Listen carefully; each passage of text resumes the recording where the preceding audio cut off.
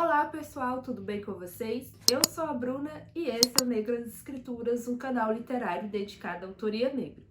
O vídeo de hoje vai ser uma resenha do livro Solitária, da Eliana Alves Cruz. Aqui no canal já tem resenha dos outros 3 romances da autora, que é O Crime do Caso Valongo, Água de Barrela e Nada Digo de Ti Quem Te Não Veja. Vou deixar o link aqui no card para você assistir depois desse vídeo.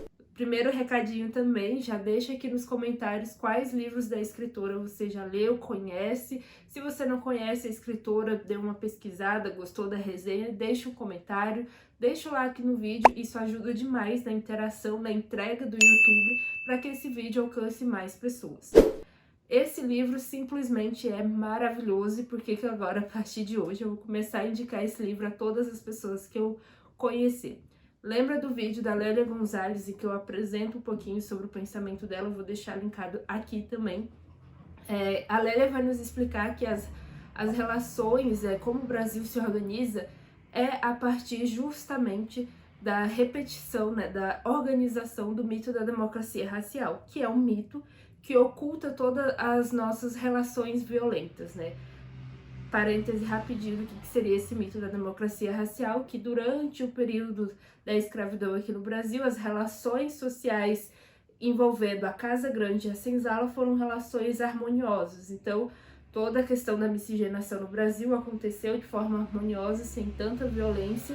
Não foi um processo violento de estupro e todas essas questões.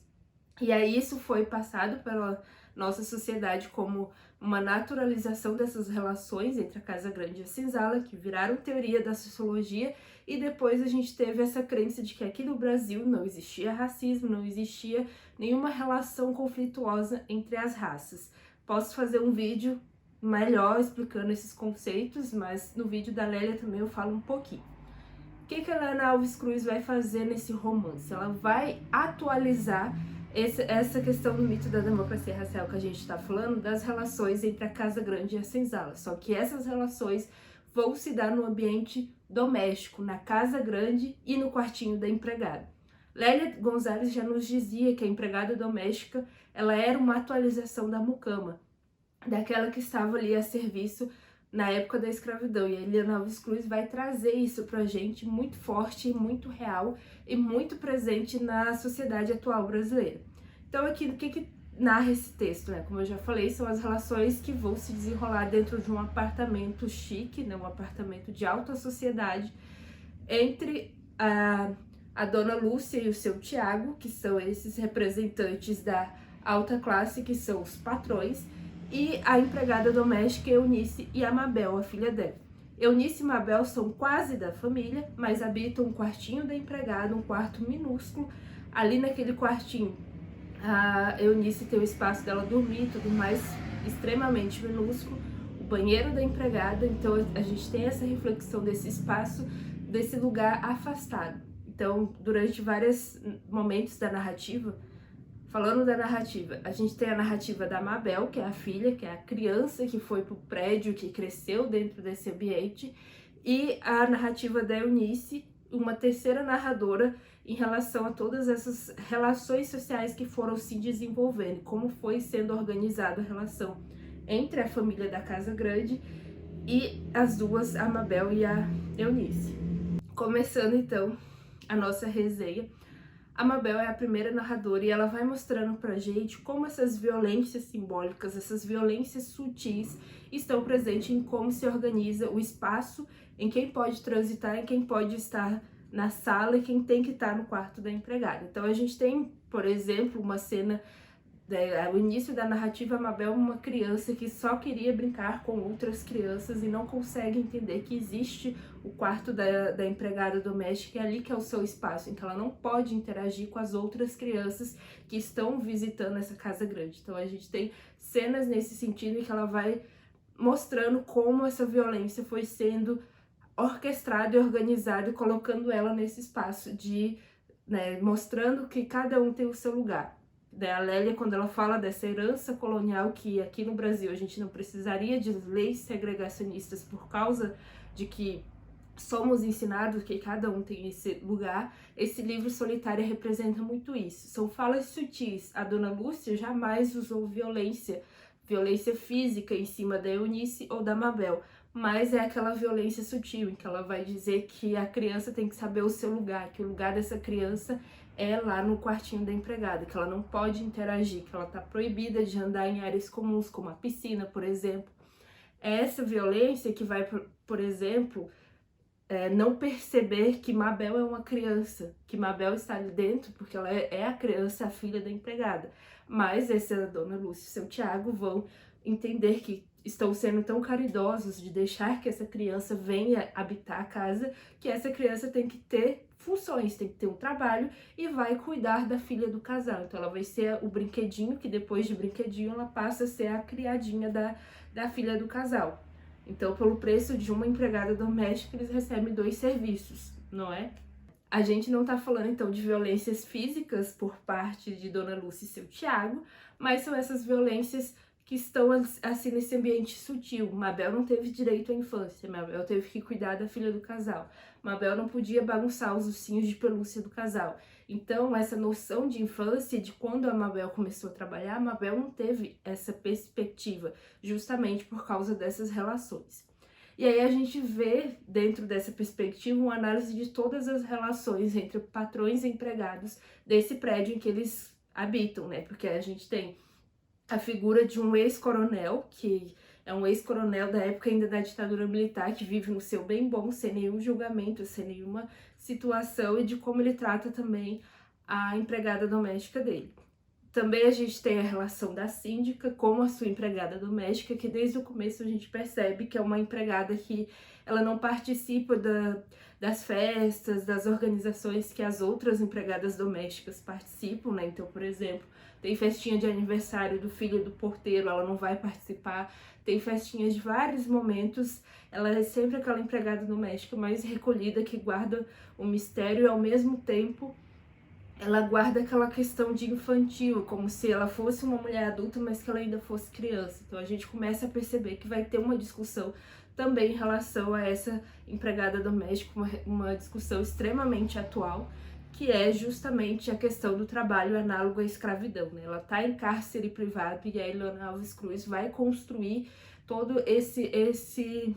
toda essa reflexão de como é esse cárcere privado, desse trabalho análogo à escravidão. Ela veio pra cá ainda criança, então ela é quase da família, ela tá aqui sempre me servindo, a gente tem relações interpessoais e a gente sabe que esse discurso se reproduz e que a gente ainda tem muitos casos no Brasil se repetindo. Então a Ileana Alves Cruz aproveita da literatura, desse imaginário, para discutir justamente a realidade social brasileira em 2022. Porque a gente tem a pandemia também, não à toa, é sintomático da questão social do Brasil. A gente tem a primeira pessoa que morreu de pandemia, né? Morreu do coronavírus, aliás, aqui no país, foi uma empregada doméstica. Então, o tempo inteiro, a Ileana Alves Cruz vai trazendo situações e cenas para a gente refletir sobre qual é esse não lugar, né? A invisibilidade das empregadas domésticas. Por quê? Porque ela vai nos mostrando como os patrões, e no caso principalmente nos 2 personagens, Dona Lúcia e seu Tiago, vão construindo esse espaço social dentro da casa em que a empregada doméstica tem que ser invisível, né? Ela tá ali sempre a serviço, nenhum dos dois tem funções assim de organizar, de ter que limpar a casa, não ter que fazer nada, tipo, recebe copo de água na mesa e tudo mais. E eles têm essa relação de quase da família, mas eles nunca habitam o espaço da empregada doméstica e eles sempre querem que tanto a Mabel quanto a Eunice sejam invisíveis dentro da casa. Esses barulhos. E dentro disso, a Ileana Alves Cruz também vai discutindo muito sobre a relação mãe e filha que envolve a Mabel e a Eunice, porque a Mabel vai crescendo sem o carinho da mãe, porque a filha dos patrões, que no caso é a Camilinha, ela que recebe o carinho da mãe. A mãe dela tá sempre à disposição dessa garota, então ela não consegue ter essa relação de mãe e filha, mesmo elas habitando o mesmo quarto. Então ela não consegue que a mãe dela esteja atenta aos seus problemas, a mãe dela não está atenta aos seus problemas de adolescência. Então a gente tem umas cenas bem fortes em relação ao primeiro amor da Mabel, de como isso resultou, por exemplo, numa gravidez não desejada e ela não conseguia nem conversar sobre isso com a mãe dela. Então, a gente tem essa discussão de como a relação de mãe e filha também foi afetada porque a mãe estava ninando a Camilinha. Então, mais uma vez, é uma referência a esse momento histórico da escravidão em que a gente tinha que as mucamas ninavam os filhos da casa grande, então elas não tinham o momento de maternar os seus próprios filhos. E aí essa relação da Mabel e da Eunice também é narrada nessa perspectiva, para a gente analisar como a Mabel não foi cuidada por essa mãe justamente por causa da grande carga horária de serviço. Um ponto menor da gente discutir também é a ausência do pai da Mabel, que ele aparece, a gente tem uma história sobre esse romance, de como é esse romance, e de como nesse período em que a Eunice começa a trabalhar na casa da Dona Lúcia e seu Tiago, o pai da Mabel já está perdido no alcoolismo, então ele já está saindo de casa, tem a questão da violência doméstica também. Então a gente tem essa discussão também dessa ausência do pai da Mabel, de como a família não é bem estruturada justamente por essas questões sociais. Então é uma família formada pela Mabel, pela Eunice e a mãe da Eunice. Quando as duas vão morar no apartamento da Dona Lúcia e seu Tiago, a mãe da Eunice está muito doente. Então a gente tem todo esse processo de cuidado também da mãe dela, que muitas vezes é negado por essa patroa, que usa daquela coisa, o que farei sem você aqui em casa? Nós não poderemos ficar sem você aqui em casa, coitada da Camilinha. Então, em vários momentos vai ter essa situação da Eunice querendo ir cuidar da mãe, não podendo, justamente porque tem que estar a serviço dos seus patrões. Até que a gente vai ter o ponto ápice, que é quando ela está muito doente, e aí é a virada da Eunice, que ela vai começar a perceber de que, na verdade, ela não era quase da família. Há um ponto em que essa família impedia ela de conviver nos últimos momentos com a mãe dela. Então é onde a Eunice tem essa virada, e da mesma forma, gente, como eu falei da questão da relação entre mãe e filha, a recuperação, a volta de diálogo entre mãe e filha vai se dar também pela filha começar a ensinar, né, a Mabel, lendo, estudando, se preparando para o Enem, tendo acesso à literatura de autoria negra, como o Quarto de Despejo, que está aqui a referência, porque é referenciado no Solitário em vários momentos. A Eunice fala de como essa leitura fez com que ela tivesse a consciência do lugar que ela estava. Leituras também de Conceição Evaristo, então a gente tem essa citação de romances de literatura de autoria negra, de que a Mabel estaria ensinando a mãe, né, mostrando essas literaturas para a mãe e fazendo esse processo de conscientização da Eunice desse lugar de subalternidade nessa relação com os patrões, que ela achava que realmente ela era quase da família. Até ela ter esse despertar e perceber que não, que se ela fosse quase da família, eles deixariam ela se ausentar do emprego por um período para poder cuidar da mãe. Então, como eu já falei para vocês, esse é um livro extremamente atual, que nos ajuda a refletir sobre o Brasil em 2022. Eu espero que vocês tenham gostado muito dessa resenha. Me empolguei porque fui lembrando durante a leitura de muitos textos teóricos que trazem essas relações. Também me lembrei do livro da Preta Rara, Eu, Empregada Doméstica, que eu ainda não li, mas já deixo a indicação, que também fala dessas relações patrões e empregados domésticas, então vou deixar também aqui na descrição o nome correto do livro para vocês darem uma olhada. Se você gostou dessa resenha, deixe aí nos comentários, deixe um like, não se esqueça, e se inscreva aqui no canal. Eu encontro vocês no próximo vídeo do Negras Escrituras.